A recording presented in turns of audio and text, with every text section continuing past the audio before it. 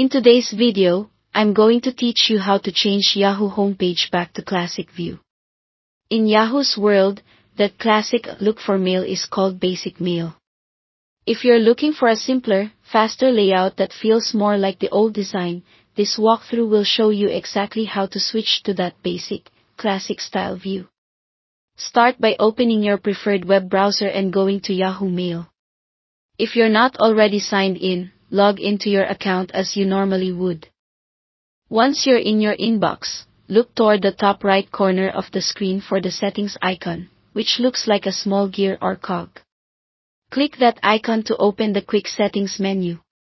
This menu provides a few handy options, but to make a full interface change, you'll want the deeper settings area, so choose more settings from that drop-down.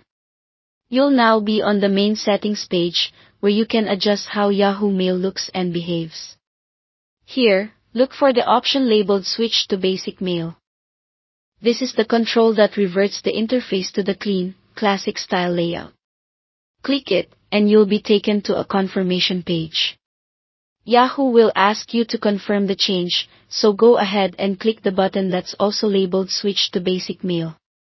After you confirm, wait a moment while Yahoo applies the change.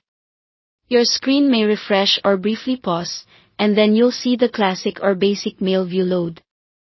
The basic mail interface is streamlined and straightforward, with fewer animations and a layout that many people find easier to navigate.